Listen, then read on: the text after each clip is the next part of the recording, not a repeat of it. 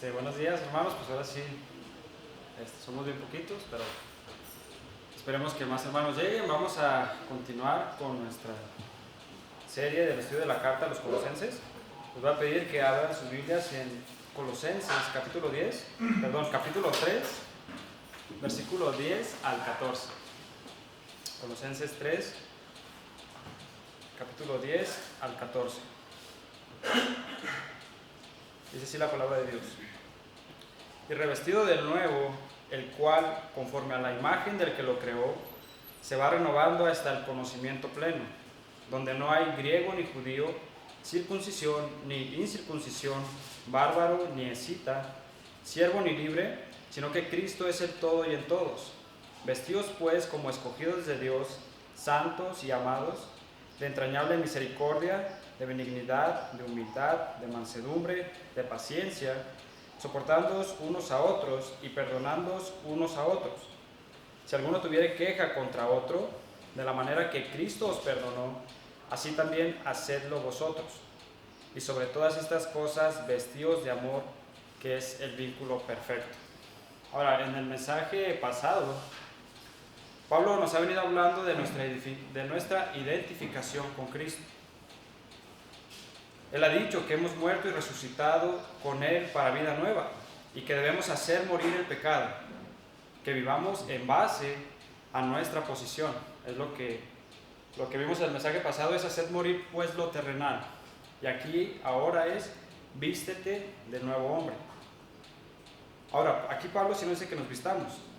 Y para dar un poco de una ilustración, las personas llevan la vestimenta correspondiente a su profesión, ¿no?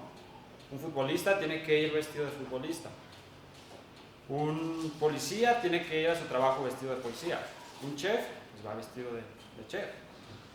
Cada uno está vestido conforme a su profesión y cada uno se viste como debe ser. No puede ir un policía vestido de chef o de futbolista. Tiene que ir vestido de acorde a con lo que él es, exactamente. Entonces, este es el punto de Pablo aquí. Es el punto exacto. Aquí en Colosenses, como cristianos, dice Pablo, debemos vestirnos en lo espiritual de manera que concuerde con nuestra nueva identidad en Cristo. En el mensaje pasado vimos que debemos despojarnos del vestido que caracteriza el estilo de vida del viejo hombre. Vamos a leerlo en el 3:5 al 8. Dice: haced pues morir lo terrenal en vosotros, fornicación, impureza, pasiones desordenadas, malos deseos y avaricia, que es idolatría. Luego en el 8 también dice: pero ahora dejad también vosotros todas estas cosas: ira, enojo, malicia, blasfemia, palabras deshonestas de vuestra boca. Entonces Pablo dice: despójense de lo que caracteriza al viejo hombre y vístanse del nuevo hombre. Es lo que vamos a ver en el 3. Vamos a leerlo en el 3:12 al 14. Dice: vestidos pues, esta es la vestimenta del que se debe vestir el nuevo hombre, dice, de entrañable misericordia, en el 12, de benignidad, de humildad, de mansedumbre, de paciencia. Y el 14 dice: sobre todas estas cosas, vestidos de amor, que es el vínculo perfecto. Entonces Pablo dice: dejen eso atrás y vístanse ahora del nuevo hombre. Vamos a comenzar con una oración. Padre, te damos gracias por este día más de vida, Señor. Gracias por la vida de mis hermanos y por los que están aquí. Te pido por los que vienen en camino, Señor, que puedan llegar bien. Pido que este mensaje sea de edificación para mis hermanos, Padre, y que usted pueda usar y yo hable solo conforme a lo que esté en su palabra, Señor. Pido que me guíe y gracias por la vida que nos ha dado, por su salvación. En el nombre de Cristo Jesús. Amén.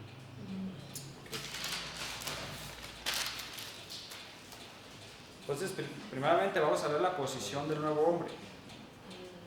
Esto es conforme al 10 y el 11. Dice en Colosenses 3:10, dice: y revestido del nuevo, el cual conforme a la imagen del que lo creó, se va renovando hasta el conocimiento pleno.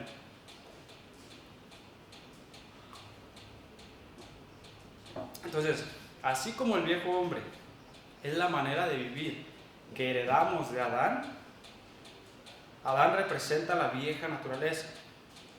Dice que el pecado y la muerte vino por medio de Adán. Vinieron por medio de la desobediencia de Adán. Entonces, todos somos pecadores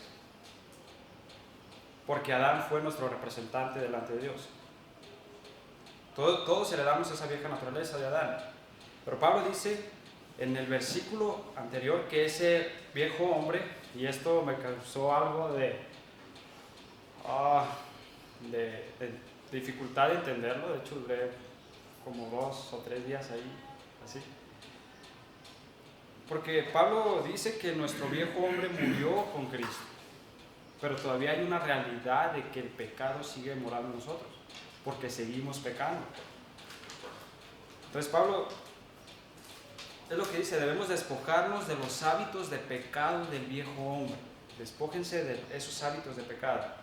Ahora, el hombre nuevo, por otra parte, es el hombre regenerado. Representa todo lo que el creyente es en Cristo. Las Escrituras dicen que gracias a la obediencia de Cristo vino la gracia y la justificación.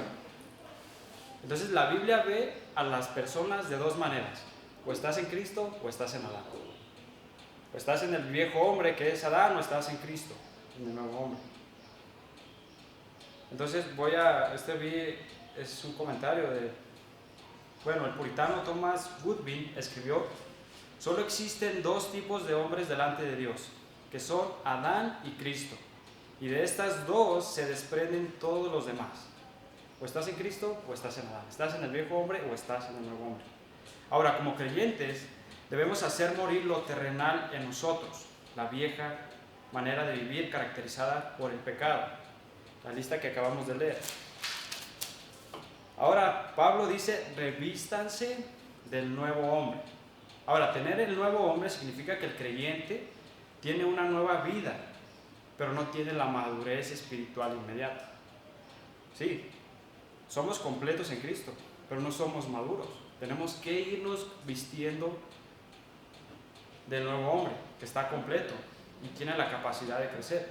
Es como un bebé, cuando nace, está completo, pero tiene que crecer, tiene que tomar leche para ir creciendo.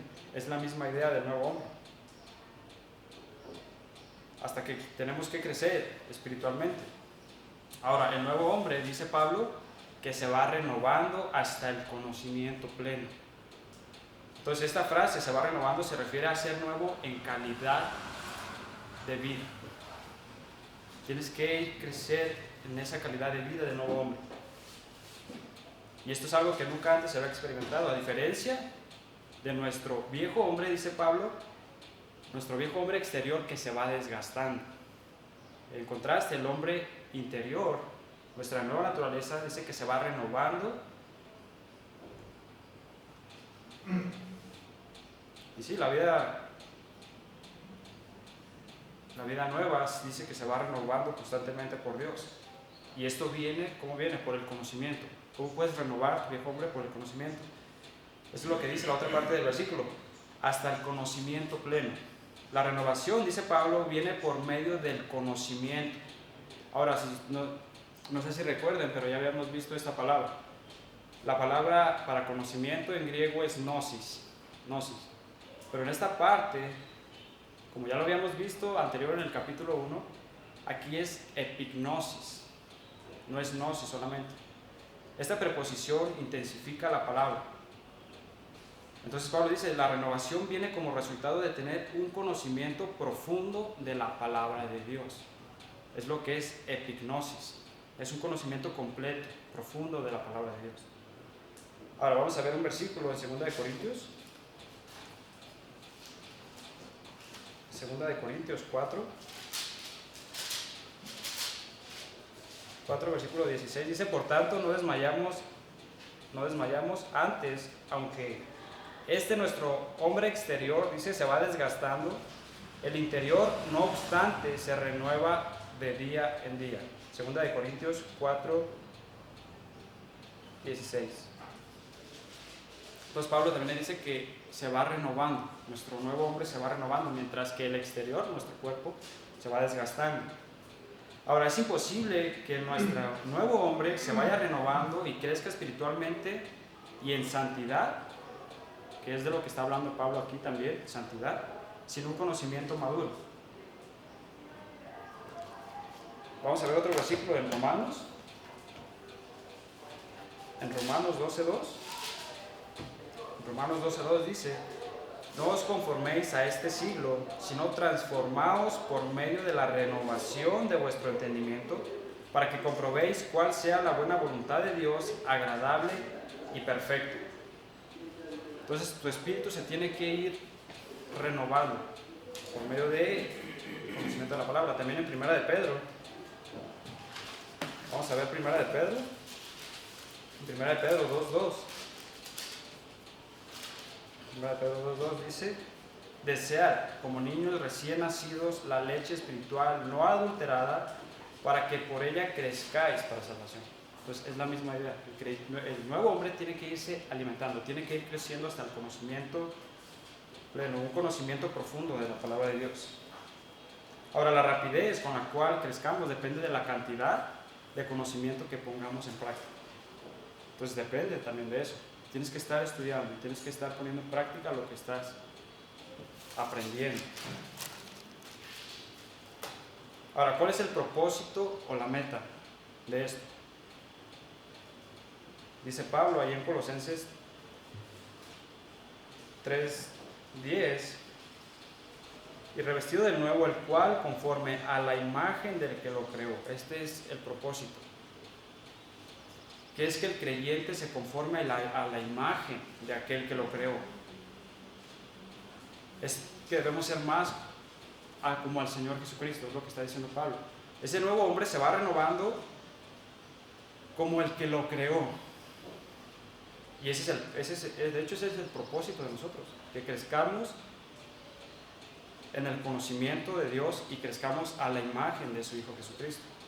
Eso lo podemos ver en Romanos. En Romanos 8:29 es lo que dice. Vamos a ver, Romanos 8:29 dice: porque a los que antes conoció,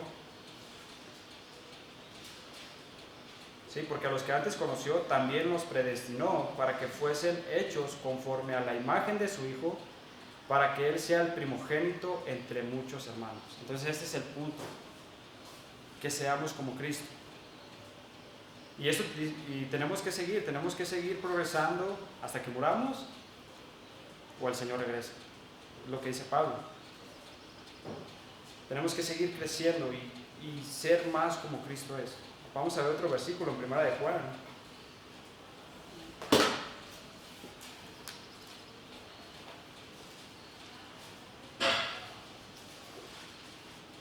En Primera de Juan 3:2.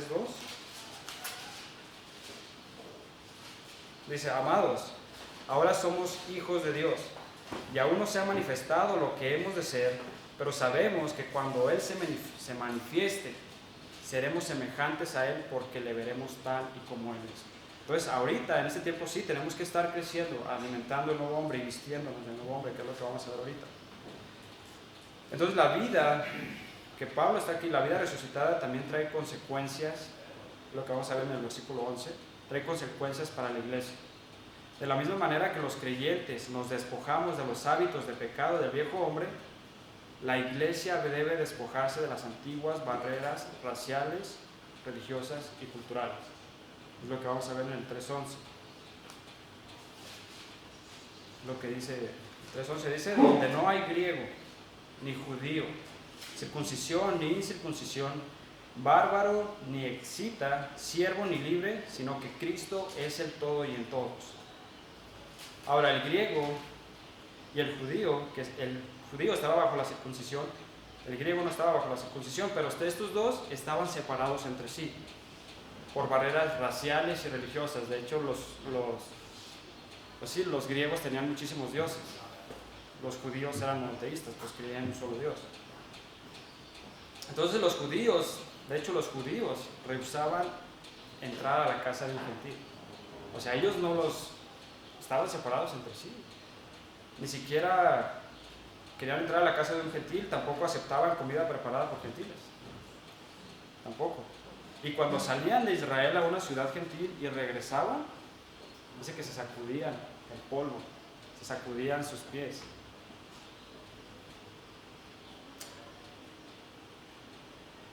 Ellos mostraban desprecio hacia los gentiles, sacudiendo sus vestidos y los pies. De hecho, no sé si recuerdan, pero aún los apóstoles mostraban resistencia a aceptar a los gentiles en igualdad en la iglesia. Entonces, dice que Cristo rompió estas barreras entre el judío y el griego. Ahora vamos a ver un versículo en Gálatas.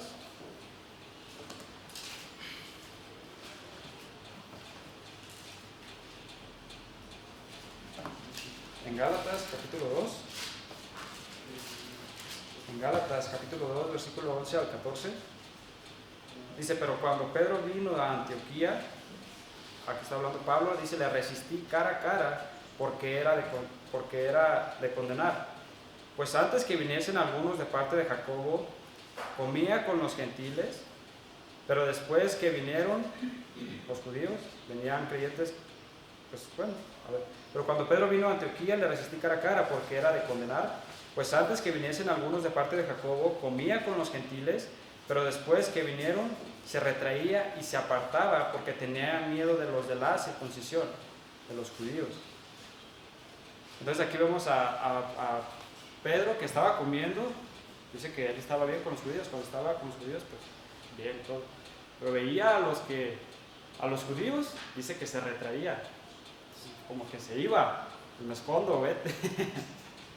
Entonces todavía había distinciones, aún un poco en la iglesia. Y les costó un poco de trabajo entender todo eso. Entonces vamos a ver otro versículo en Hechos. En Hechos capítulo 10.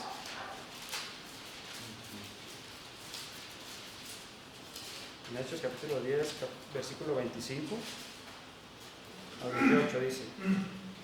Aquí es cuando Pedro va, bueno, más bien Cornelio manda a buscar a Pedro. Y entonces llegan ahí, en el 10:25 dice, cuando Pedro entró, salió Cornelio a recibirle, y postrándose a sus pies adoró. Mas Pedro le levantó diciendo, levántate, pues yo mismo también soy hombre. Y hablando con él, entró y halló a muchos que se habían reunido. Entonces Cornelio reúne a muchos de sus conocidos y de sus familiares para que Pedro vaya y les hable de la salvación. Y entonces, ¿qué hace Pablo aquí? Y él les dijo, vosotros sabéis cuán abominable es para un varón judío juntarse o acercarse a un extranjero. Luego dice, pero a mí me ha mostrado Dios que a ningún hombre llame común o inmundo. Entonces Pedro llega ahí y son gentiles. Y dice, ¿ustedes saben cuán abominable es para un judío entrar a la casa de un gentil? Entonces había barreras entre judíos y griegos, también gentiles. O sea, los griegos y los judíos, por otra parte, miraban con indiferencia y desprecio a los bárbaros y a los escitas. Ahora, el bárbaro es un término que se utilizaba para referirse a pueblos cuyo dialecto simulaba un tartamudeo. Es como, yo me lo imagino así como bárbaro, como barbar. O sea, eso, y los griegos, la intención de los griegos al llamarlos así era para burlarse de ellos. Esa era la intención.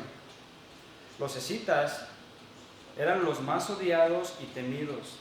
Era un pueblo bélico y nómada, se la pasaban moviéndose, pero eran bélicos.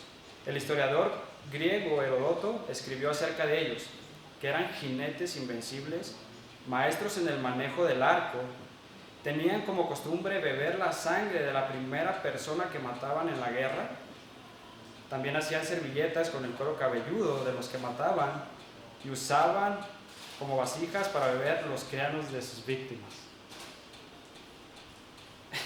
Se me hizo de verdad muy... No, está tremendo esto de los escitas. O sea, eran paganos.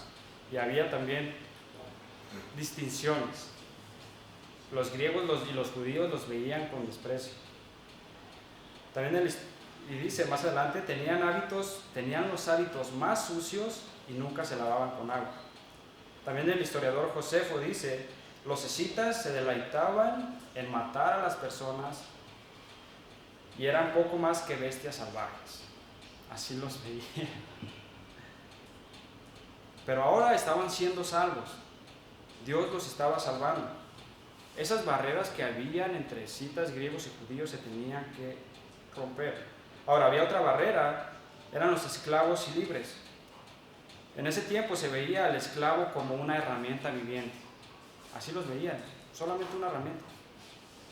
No tenían ningún derecho, no podían tener ninguna relación entre un esclavo y un hombre libre. Pero dice que Cristo derribó la barrera entre las clases. El esclavo y el hombre libre se encontraban en la iglesia. Esas barreras se tenían que quitar. El esclavo podía ir a la iglesia y ahí estaba el amo. Ahora, se podía dar el caso que un esclavo también fuera el pastor y el amo un miembro de la iglesia. Todas esas barreras se tenían que quitar. Entonces, en el mundo antiguo, imagínense, era impensable reunir en comunión fraternal a griegos, judíos, bárbaros, escitas, esclavos y libres. Pero dice que Cristo quitó todas esas barreras. Puesto que Cristo habita en cada creyente, eso es lo que dice la siguiente parte del versículo. Cristo es el todo y en todos. En el 11, la última parte, dice, donde no hay griego ni judío, circuncisión ni incircuncisión, bárbaro ni escita, siervo ni libre, sino que Cristo es el todo y en todos. Puesto que Cristo, como dije, habita en cada creyente, todos somos iguales. Todos los creyentes son un solo cuerpo en Cristo. Ahora, las barreras de los hombres no tienen que tener cabida en la iglesia.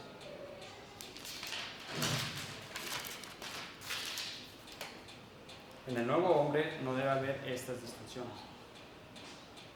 Vamos a ver un versículo en Efesios.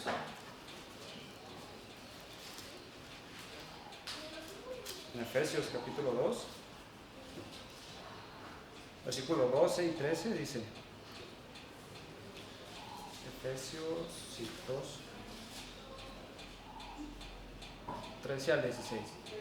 Dice, pero ahora en Cristo Jesús, vosotros que en otro tiempo estabais lejos, habéis sido hechos cercanos por la sangre de Cristo, porque Él es nuestra paz, que de ambos pueblos hizo uno, derribando la pared intermedia de separación, aboliendo en su carne las enemistades, la ley de los mandamientos expresados en ordenanzas, para crear en sí mismo de los dos un solo y nuevo hombre, haciendo la paz, y mediante la cruz reconciliar con Dios a ambos en un solo cuerpo, matando en ella las enemistades.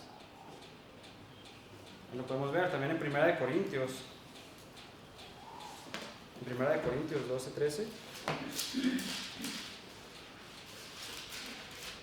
1 Corintios 12, versículo 13.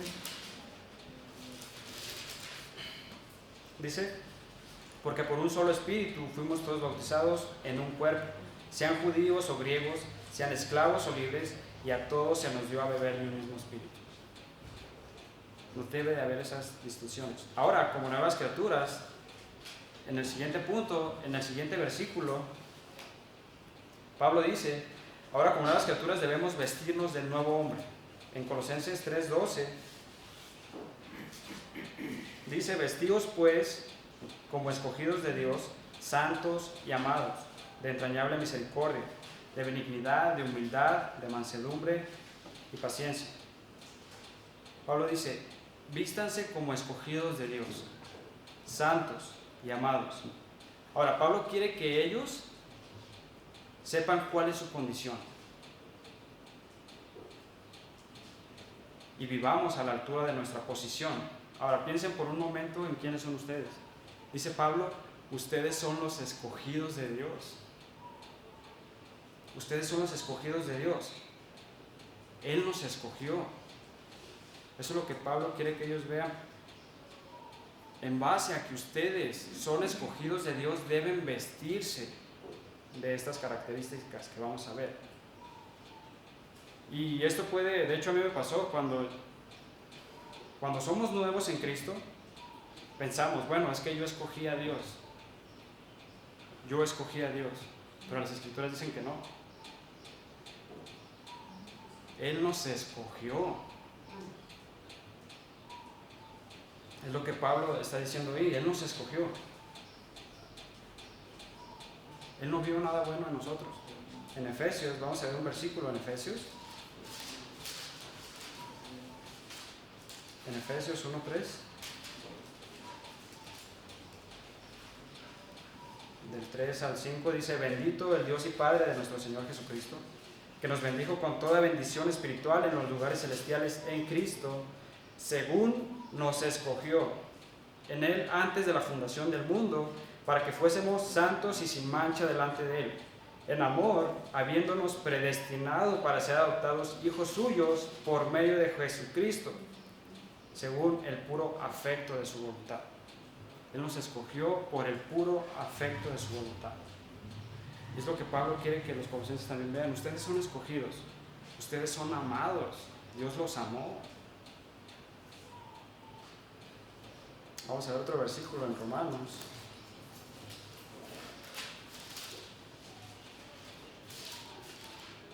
En Romanos 9:15.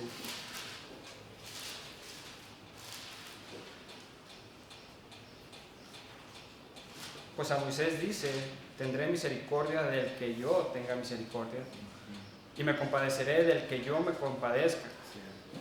Así que no depende, dice, del que quiere ni del que corre, sino de Dios que tiene misericordia. Ustedes son escogidos porque Dios tuvo misericordia de ustedes, y no depende de ustedes. No es del que quiere, y no es del que corre, del que se esfuerza o por ganar, es de Dios, ese que tiene misericordia. Ahora, gracias a la elección de Dios, somos santos y amados. Dios nos escogió para que seamos santos, separados para Él. ¿Pero por qué nos escogió? Porque Él nos amó. Porque nos amó. Porque nos amó a pesar de lo que éramos. Entonces Pablo les hace ver cuál es su posición delante de Dios, para que se vistan conforme a su nueva identidad. Son santos y son amados de Dios.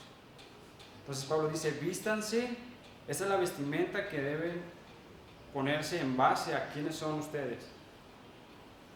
Dice: vístanse de entrañable misericordia.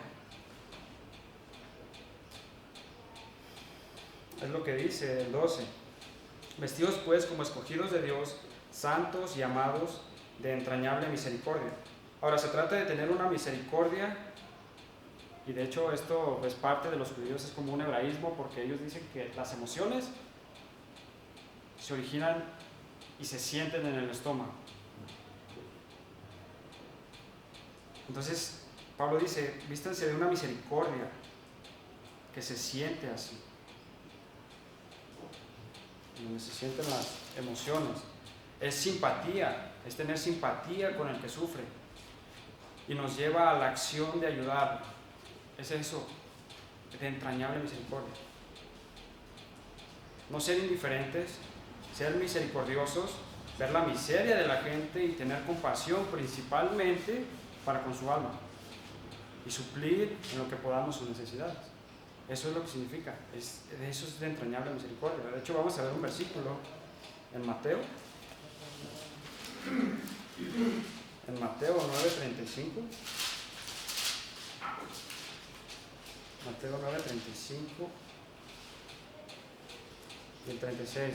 Dice: recorrió Jesús todas las ciudades y aldeas, enseñando en las sinagogas de ellos y predicando el evangelio del reino, y sanando toda enfermedad y toda dolencia en el pueblo. Dice: y al ver las multitudes, tuvo compasión de ellas, porque estaban separadas y dispersas como ovejas que no tienen pastor. Entonces dijo a sus discípulos: a la verdad, la mies es mucha, mas los obreros son pocos.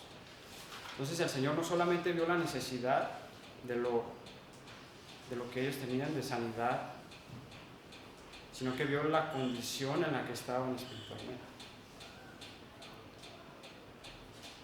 Tuvo misericordia, compasión. Ahora la siguiente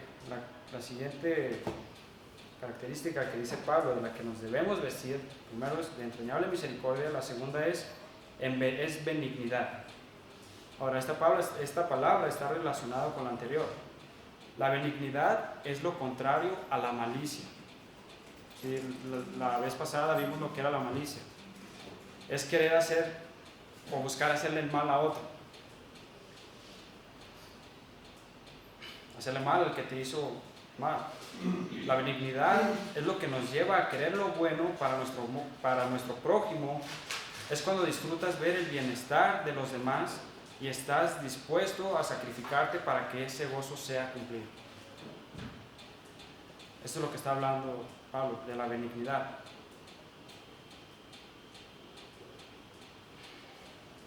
Es a querer lo bueno para nuestro prójimo y disfrutar ver el bienestar de los demás. Y estás dispuesto a sacrificarte para que ese gozo de él sea cumplido. Ahora, esto lo podemos ver en la parábola del buen samaritano. Dice que los ladrones lo robaron, lo golpearon y pasó un sacerdote y no le hice caso. Pasó un levita y tampoco.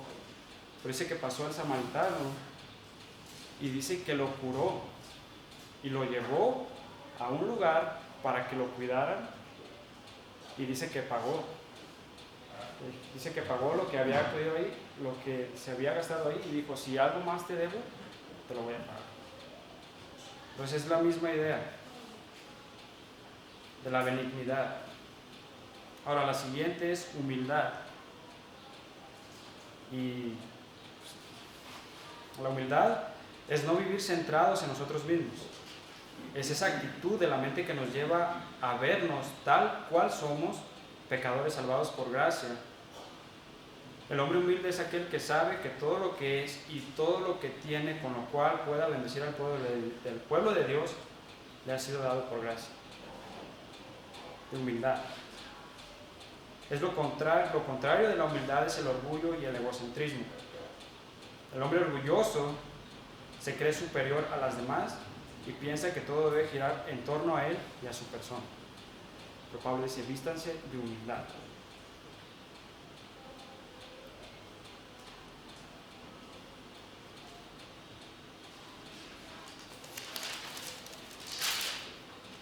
La siguiente dice mansedumbre. Vestidos pues como escogidos de Dios, santos, amados, de entrañable misericordia, de benignidad, de humildad, de mansedumbre. Ahora, esto de mansedumbre, mucha gente lo interpreta como debilidad, como débil, que eres débil de mente, eres débil, pero no tiene nada que ver. John MacArthur define la mansedumbre como poder bajo control. Poder bajo control. Yo tengo la capacidad de devolver golpes por golpes, pero la mansedumbre nos capacita para ser gentiles aun con aquellos que nos dañan de una manera u otra. No es porque no puedas, es mansedumbre, es poder bajo control. Control.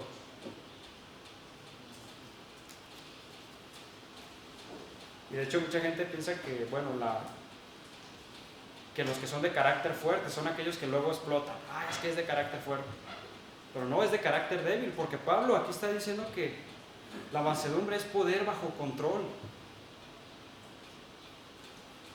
El de carácter fuerte no es aquel que estalla, sino el que sabe controlar, el que está bajo control.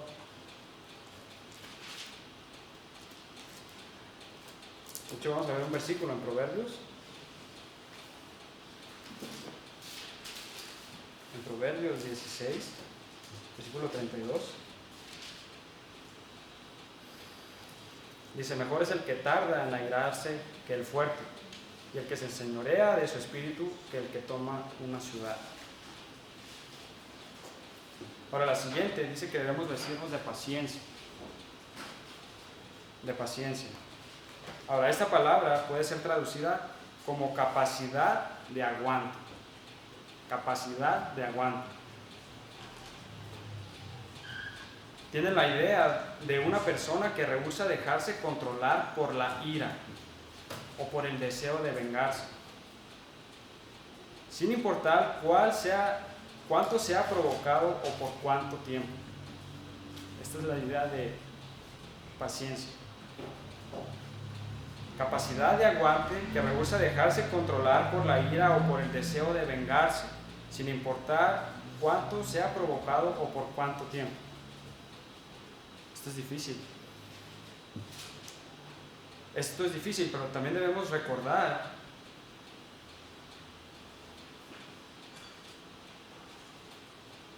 y debemos pensar en toda la paciencia que tuvo el Señor cuando no éramos creyentes. Vivíamos una vida todos los días y Dios tuvo paciencia de nosotros. No los mató. Tuvo paciencia y nos trajo y nos guió al arrepentimiento. Y aún todavía tiene paciencia, porque todavía traemos desagrado delante de Él. Dios es paciente. Y debe ser una característica de nosotros también, paciencia, capacidad de aguante. Ahora, todos los días, dice Pablo, que debemos vestirnos de entrañable misericordia, de benignidad, de humildad, de mansedumbre y paciencia. Así como decía Pablo, que te quites esos vestidos y da la idea que cuando llegas de trabajar, llegas todo sucio y lo que quieres es aventar. Y me quito eso. Pues entonces Pablo así está diciendo lo mismo. Quítate todo eso que caracteriza al viejo hombre y vístete de esto. La siguiente parte, el versículo en Colosenses 2:13, soportándoos unos a otros y perdonándoos unos a otros, si alguno tuviera queja contra otro, de la manera que Cristo os perdonó, así también hacedlo vosotros. Ahora, aquí es donde se presenta el carácter puesto en acción. Aquí, cuando soportas a unos a otros y perdonas a otros. Y esto pasa aquí en la iglesia. Es el carácter puesto en acción. Debemos perdonarnos así como Cristo nos perdonó, de gracia, de pura gracia nos perdonó. Ahora la frase ahí en ese versículo dice: si alguno tuviera queja contra otro. Va a haber problemas, va a haber quejas unos con otros, va a haber ocasiones en las que alguien te va a fallar, te va a hacer un agravio por su pecado, por una deuda o por un error. Va a haber. Pablo dice: si alguno tuviera queja contra otro, va a haber quejas unos contra otros, pero debes de perdonar, dice.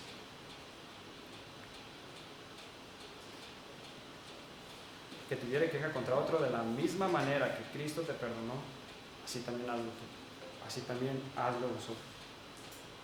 Entonces el Señor Jesús es el modelo a seguir para perdonar, porque Él perdonó todos nuestros pecados, todos nuestros errores y todas nuestras deudas. Él debe ser el ejemplo de vida. En Colosenses 3:14 dice: y sobre todas estas cosas, sobre todo esto, vístete de amor, que es el vínculo perfecto.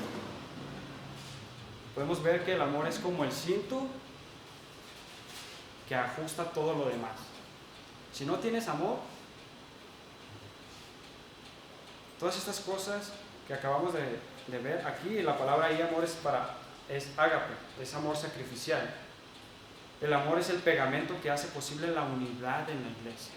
Tiene que haber perdón. Ahora yo me imagino todo esto y digo, bueno, ahorita que acabamos de ver lo de los escitas y los bárbaros, imagínense una cita en la iglesia, un bárbaro, y podría que te agraviara, ¿no? O a lo mejor no te pareció algo, pero dice Cristo: así como Él te perdonó, tú también perdona. Te perdonó una deuda infinita. Entonces, el amor es el que nos hace ser misericordiosos, ser benignos, ser humildes, ser mansos y pacientes para con nuestros hermanos y para con los de afuera. Si no hay amor, nada de esto sirve. ¿Por qué? Porque es puro legalismo. Lo vas a hacer por, sí, lo tengo que hacer. Pero dice que lo hagamos en amor. En amor. No debe ser con disgusto. debe ser en amor, porque el propósito es ser como Dios. Ahora, para darle conclusión, nosotros no podemos ser de manera natural misericordiosos, pacientes, benignos, humildes, mansos y pacientes, y vestirnos de amor. Esto no se puede lograr sin la ayuda del Espíritu Santo. Es algo que tenemos también que entender. Tenemos que estar creciendo en conocimiento, oración, comunión. Esto es lo que tenemos que estar haciendo. Ahora, yo les animo a que crezcan y vivan conforme al llamamiento que Dios nos ha dado como sus hijos escogidos. Vamos a terminar en oración. Padre, te doy gracias por tu palabra, Señor. Gracias por la vida de mis hermanos que están aquí. Te pido que este mensaje haya sido bueno para ellos.